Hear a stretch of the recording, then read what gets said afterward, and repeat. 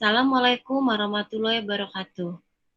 Kami dari kelompok 2 dengan saya Ani Nugrahani dan Dian Indriani dari mata kuliah Analisa Laporan Keuangan akan menyampaikan mengenai bab kali ini, Analysis of Cash Flow.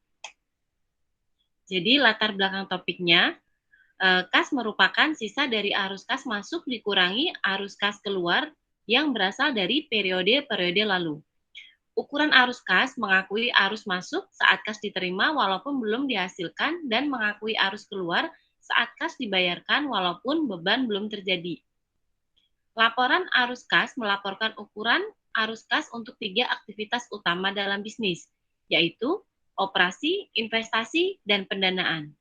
Secara lebih umum, informasi arus kas membantu kita menilai kemampuan perusahaan untuk memenuhi kewajibannya, membayar dividen, meningkatkan kapasitas, dan mendapatkan pendanaan.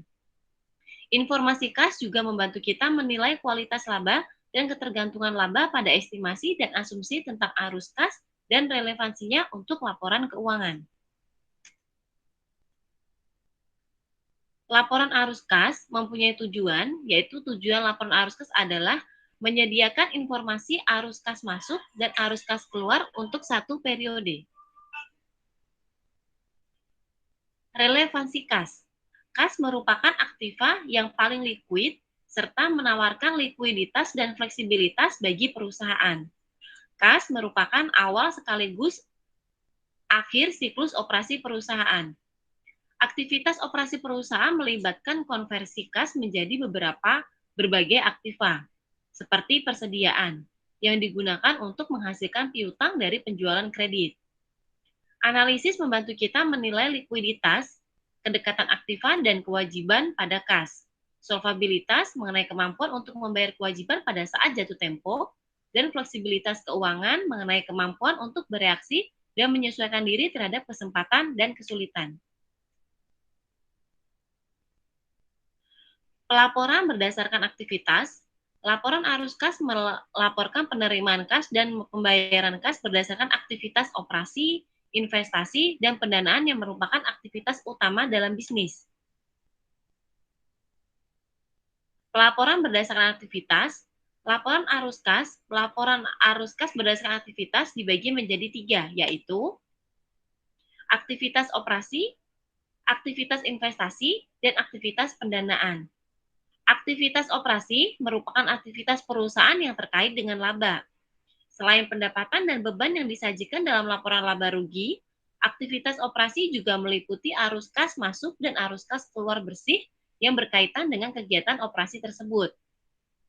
Yang kedua, ada aktivitas investasi, merupakan cara untuk memperoleh dan membuang aktiva non-kas dan aktiva secara non-kas, meliputi aktiva yang diharapkan untuk menghasilkan pendapatan bagi perusahaan, serta pemberian pinjaman dan penagihan pokok pinjaman. Sedangkan yang ketiga, aktivitas pendanaan ini merupakan cara untuk mendistribusikan, menarik, dan mendapatkan dana untuk mendukung aktivitas bisnis, meliputi mendapatkan pinjaman dari kreditor dan pembayaran pokok pinjaman, serta kontribusi dan penarikan oleh pemilik, serta pengembalian atas investasi atau dividen. Menyusun laporan arus kas. Ada 2 dalam metode dalam pelaporan arus kas dari operasi, yaitu metode tidak langsung dan metode langsung. Nah, aku akan jelasin dulu mengenai metode tidak langsung.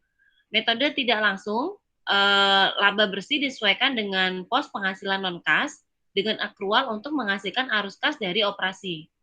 Keunggulan metode ini adalah adanya rekonsiliasi perbedaan antara laba bersih dan arus kas operasi yang membantu pengguna laporan untuk memprediksi arus kas melalui prediksi laba yang kemudian disesuaikan untuk jarak laba bersih dengan arus kas, yaitu menggunakan akrual non-kas. Yang kedua itu metode langsung, jadi arus kas yang disiapkan dengan metode langsung disediakan sebagai perbandingan. Metode ini menyesuaikan tiap pos laporan laba rugi untuk akrual terkait, sehingga menghasilkan format yang lebih baik untuk menilai jumlah arus kas masuk keluar melalui operasi. Mempersiapkan laporan arus kas. Laporan arus kas merupakan campuran antara laba, rugi, dan neraca. Laba bersih mula-mula disesuaikan untuk penghasilan dan beban non-kas untuk menghasilkan laba kas. Laba kas ini kemudian disesuaikan untuk kas yang dihasilkan dan digunakan untuk transaksi neraca untuk menghasilkan arus kas dari aktivitas operasi, investasi, dan aktivitas pendanaan.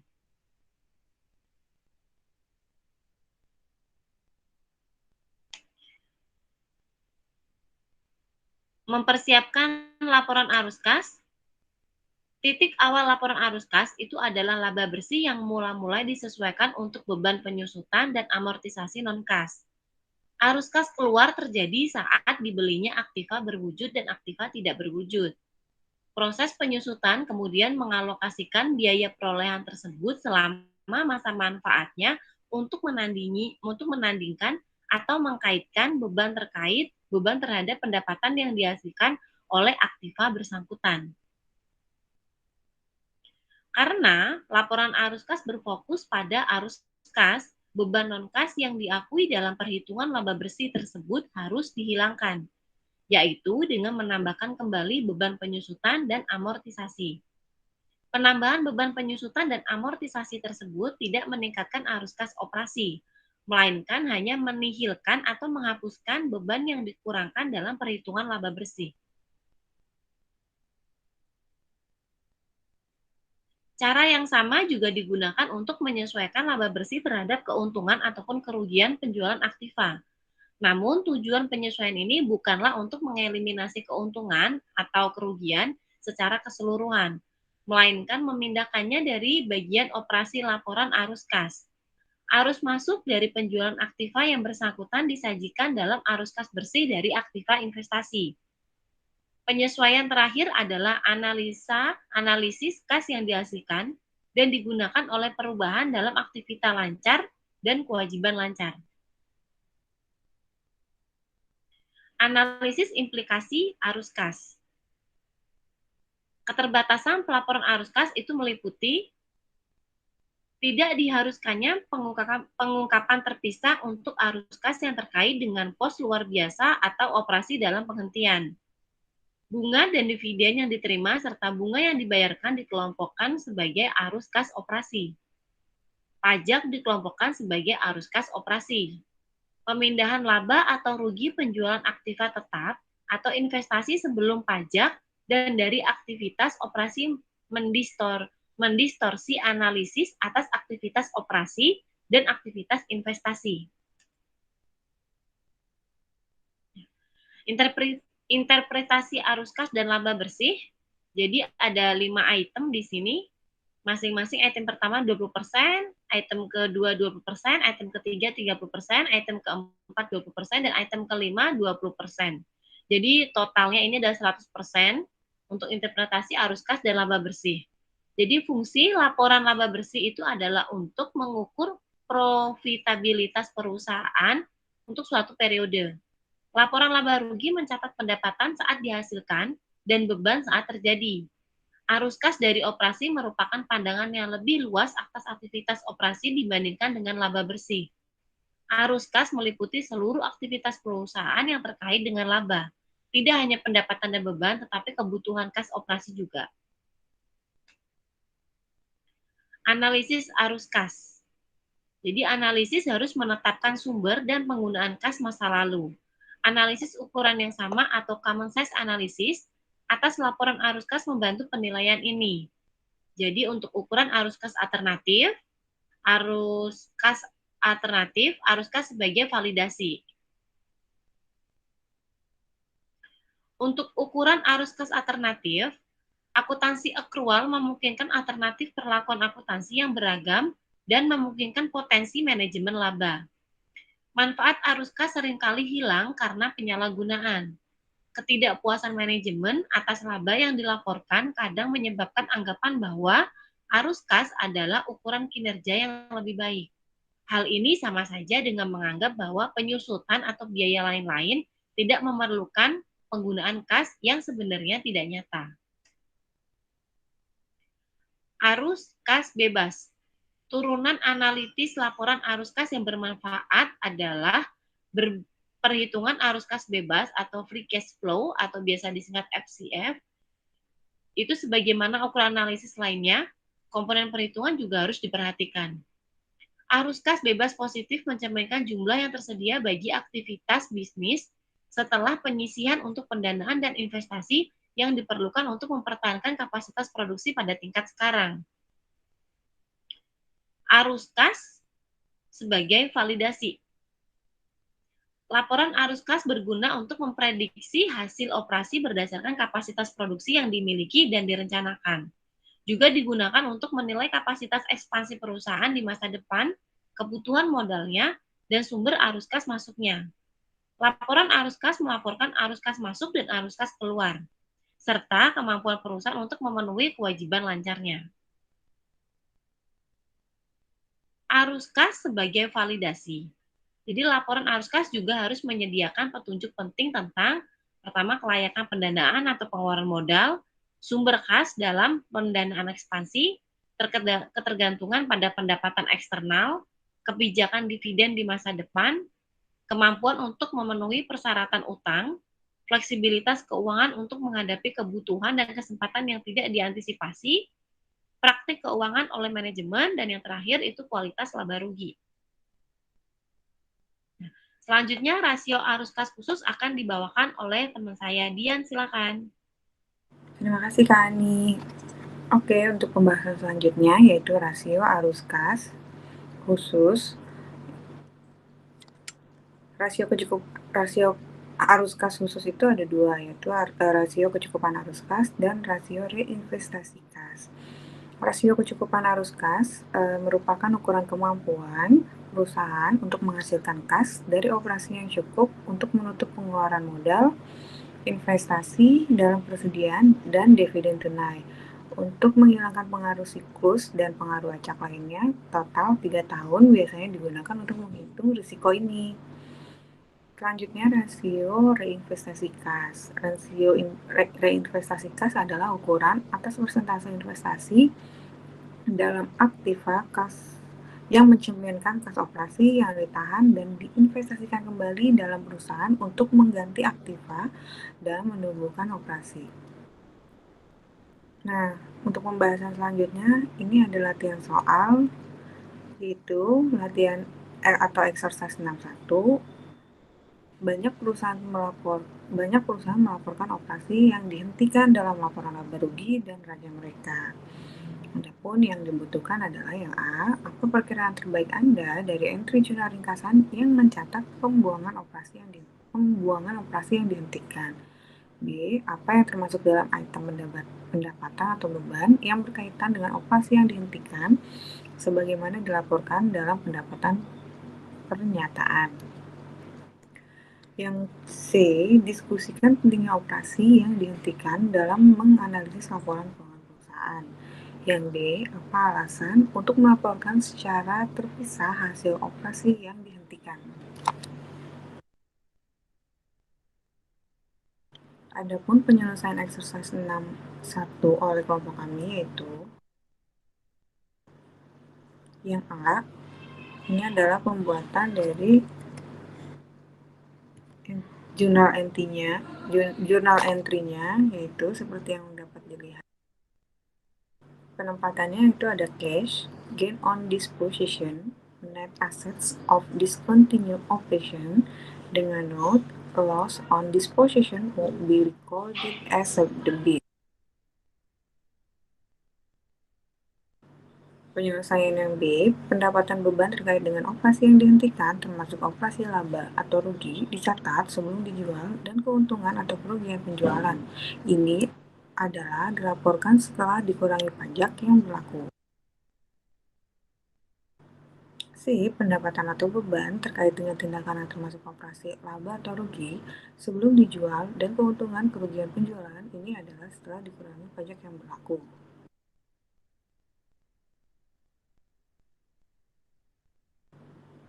Dan yang D, melaporkan secara terpisah operasi yang dihentikan memungkinkan analisis untuk melihat hasil operasi tanpa segmen yang tidak akan berlangsung.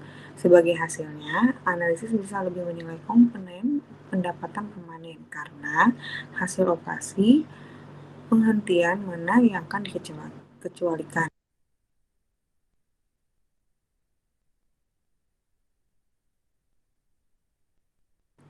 Selanjutnya ada exercise 65. Pendapatan biasanya diakui pada titik penjualan. Dalam keadaan khusus, tanggal selain titik penjualan digunakan untuk waktu pengakuan pendapatan. Adapun yang diperlukan adalah mengapa point of sale biasanya digunakan sebagai dasar penentuan waktu pengakuan pendapatan. B. Mengabaikan keadaan khusus ketika basis nilai tempat penjualan digunakan, diskusikan manfaat keduanya dari keberatan berikut atas dasar penjualan pengakuan pendapatan. Yang pertama, terlalu konservatif karena pendapatan diperoleh selama seluruh proses produksi. 2. Terlalu liberal karena piutang tidak mewakili dana yang dapat dibuang. Hasil penjualan dan tunjangan dapat terjadi dan biaya penagihan dan utang macet dapat terjadi di kemudian hari. C. Pendapatan dapat diakui. 1. Selama produksi dan 2. Saat kas diterima. Untuk masing-masing dari dua basis ini, waktu pengakuan pendapatan, berikan contoh keadaan di mana itu digunakan dengan benar dan diskusikan manfaat akuntansi dari penggunaannya sebagai pengganti dasar penjualan.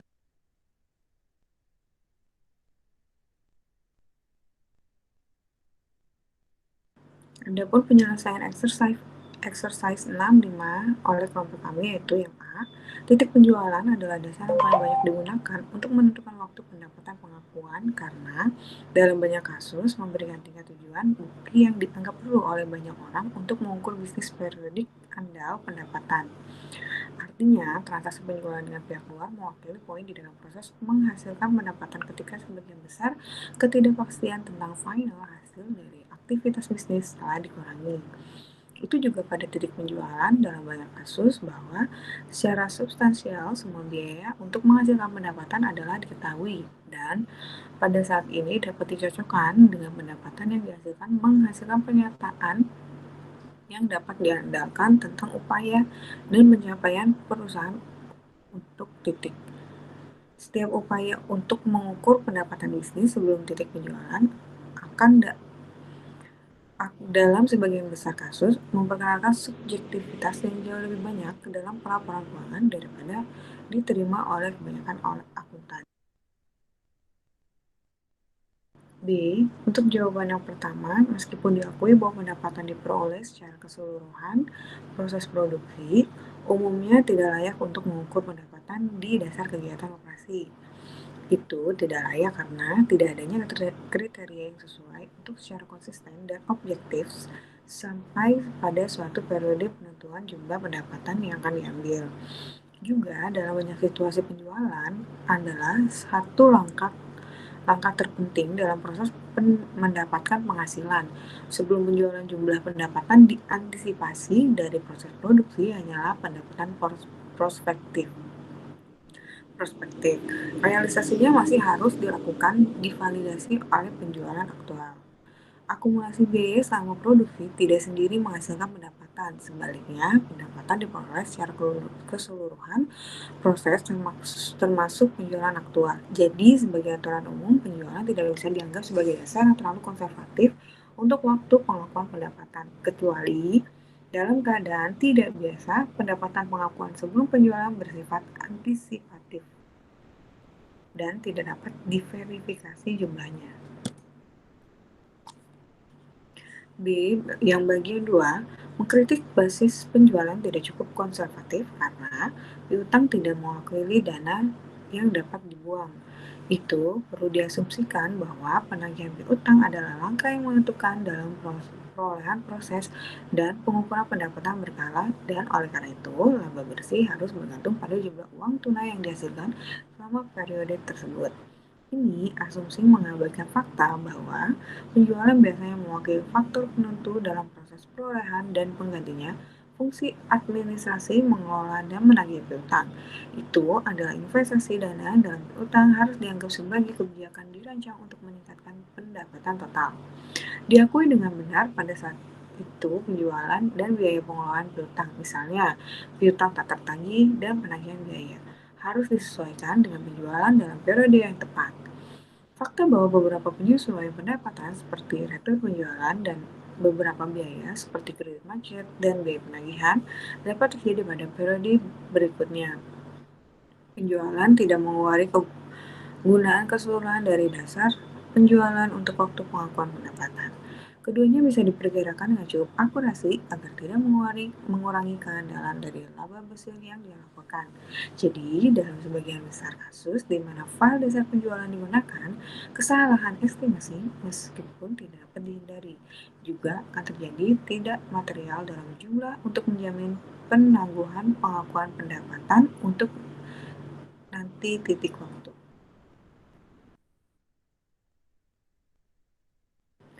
C.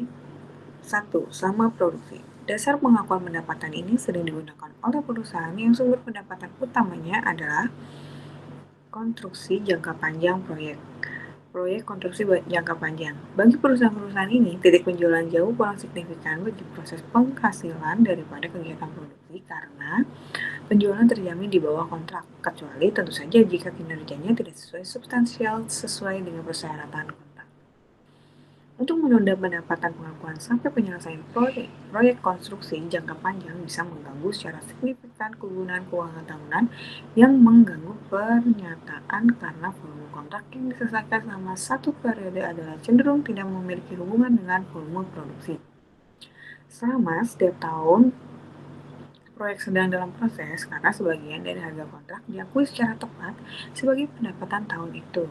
Jumlah harga kontrak yang akan diakui harus proporsional dengan tahun berjalan kemudian produksi pada proyek tersebut. Perlu dicatat bahwa penggunaan file basis produksi sebagai pengganti basis penjualan untuk waktu pendapatan pengakuan dapat dibenarkan hanya jika total keuntungan dan kerugian pada kontrak dapat diperkirakan dengan keakuratan yang wajar dan realisasi akhirnya adalah cukup terjadi. C bagian 2, saat uang tunai diterima. Aplikasi paling umum dari basis ini untuk file waktu pengakuan pendapatan sehubungan dengan penjualan angsuran kontrak.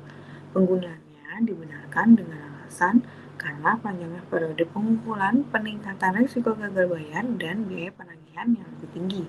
Ada terlalu banyak ketidakpastian untuk menjamin pengakuan pendapatan sampai uang tunai diterima. Fakta bahwa penjualan dilakukan dengan kontrak angsuran tidak dibenarkan menggunakan dasar penerimaan kas pengakuan pendapatan.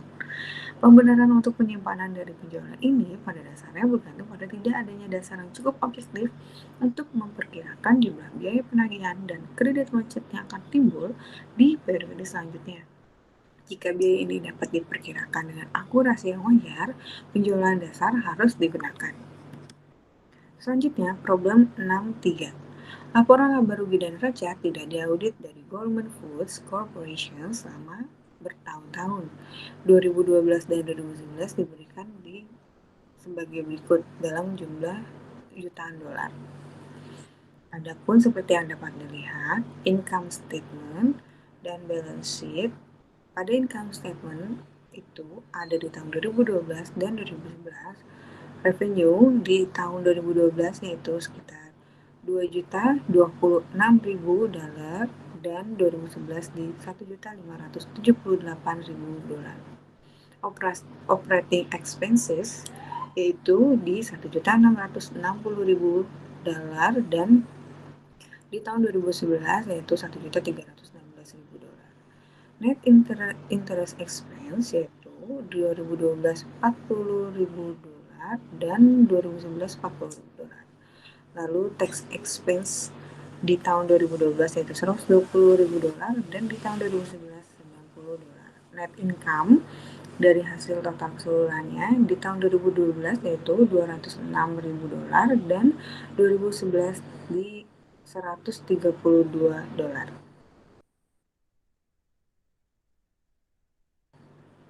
Adapun pada balance sheet di operating assets-nya di tahun 2012 yaitu $4.450.000 dan tahun 2011 yaitu $4 juta. Investment securities di tahun 2012 yaitu $1.200.000 dan 2011 sama di angka $1.200.000.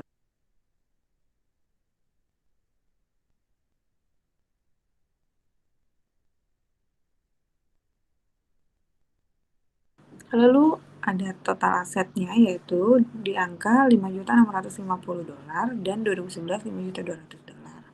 Adapun operating liabilities-nya yaitu $2.644 dan di tahun 2011 yaitu $2.400.000. Long term debt-nya yaitu sama-sama di angka $800.000 dan equity-nya 2012 yaitu $2.206.000 dan 2011 $2 juta. Adapun liabilities dan equity-nya di angka $5.650.000 dan 2011 $5.650.000. Pada 2012, Burman Foods menjual divisi pengepakan dagingnya seharga $600 juta dalam bentuk tunai. Keputusan untuk jual unit ini dibuat di hari yang sama. Pada tanggal penjualan, divisi ini memiliki aset operasi sebesar $860 juta dan kewajiban operasi sebesar $300 juta. Pada akhir tahun 2011, aset operasi dan kewajiban divisi ini masing-masing adalah $821 juta dan $300 juta. Divisi tersebut tidak memiliki hutang operasi untuk tahun 2012 dan 2011 adalah sebagai berikut. Dengan hasil operating income di tahun 2012 yaitu $39.000 dan 2011 yaitu $26.000.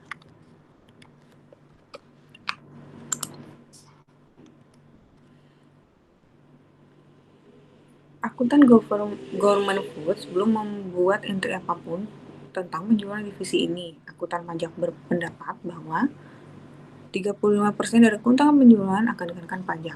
Adapun yang dibutuhkan yaitu A. Auditor Government Foods memutuskan bahwa penjualan divisi pengepakan daging harus diperlakukan sebagai dihentikan operasi. Tunjukkan sebagaimana laporan laba rugi dan neraca makanan government perlu disajikan kembali untuk mencerminkan perubahan ini. Asumsikan Anda adalah seorang analisis keuangan, bagaimana Anda memperlakukan operasi yang dihentikan ini. Adapun penyelesaiannya yaitu 1. Yang pertama, gagal mencatat pembelian dan keanggotaan kartu kredit yang dikembalikan tepat waktu pembatalan. Analisis piutang akan menjadi titik fokus mengidentifikasi masalah ini. Kami akan memeriksa pertumbuhan yang berkelanjutan di piutang untuk penghapusan piutang yang tidak biasa atau tidak dijelaskan. Rasio untuk teknik yang membandingkan pengumpulan kas dengan piutang juga berpotensi mengidentifikasi area masalah atau perilaku curang. Yang kedua, kapitalisasi dan amortisasi biaya tidak tepat terkait dengan penarikan baru anggota. Perilaku ini sulit diungkapkan. Kuncinya adalah memahami pertumbuhan aset yang tidak berwujud yang dilaporkan dan biaya yang ditangguhkan untuk menilai kewajarannya. Peningkatan tidak bisa harus dipandang sebagai bendera merah potensial. Mencatat penjualan fiktif, salah satu kunci untuk mengungkap penjualan fiktif adalah dengan memantau perilaku bersama penjualan dan piutang serentak. Meningkatkan penjualan tidak serta-merta menyebabkan lebih lambat berputarnya piutang. Meningkatnya piutang rasio perputaran harus diteliti karena untuk yang B, auditor eksternal harus melakukan audit sesuai dengan yang diterima secara umum standar audit. Kesalahan auditor dalam situasi kecurangan bervariasi pada kasus per kasus. Seringkali sulit untuk mendeteksi penipuan jika personel klien utama berkolusi dan bersekongkol untuk menutupi. Namun, dalam kasus ini, penipuan itu begitu luas sehingga kelalaian auditor adalah bagian dari masalah.